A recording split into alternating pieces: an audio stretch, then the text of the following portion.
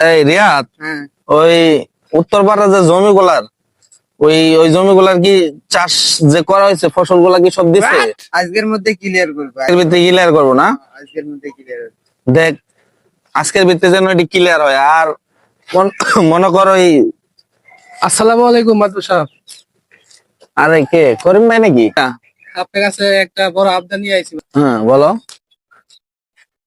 আমি তো মাদবু সাহেব গরিব, একদিন দিন আনি দিন খাই। আমার পোলার জন্য আমি কিছু করতে চাই। পোলার জন্য কি করবা? এখন মাদবু সাহেব আমার বাড়ি ফিরে জমি যা আছে আমি দলিল নিয়ে আইছি, এটা নিয়ে আমার কিছু টাকা দেন। তুমি জমি নিয়ে আইছো, আমার তো এমনি জমি নিতে নিতে আর জমি নেওয়ার জায়গায় নাই। না মাদবু সাহেব, আপনি আমারে ভাই ফিরাই দেন না, আপনি আমার জন্য কিছু- এই রিয়াদ, হ্যাঁ বলেন। পরে লাস্টে ওই কত বিঘা জমি নিলি জানি? নিলাম আমার ওই নামে। 5 বিঘা। ও করিম, দেখো আমার তো জমির অভাব নাই।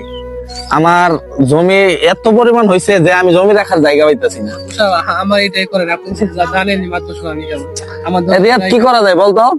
নিয়ে নেন, এত আবদার করতেছে, নিয়ে নেন। তুই কি করাবা পোলারে, কি করাবা জমি দিয়ে?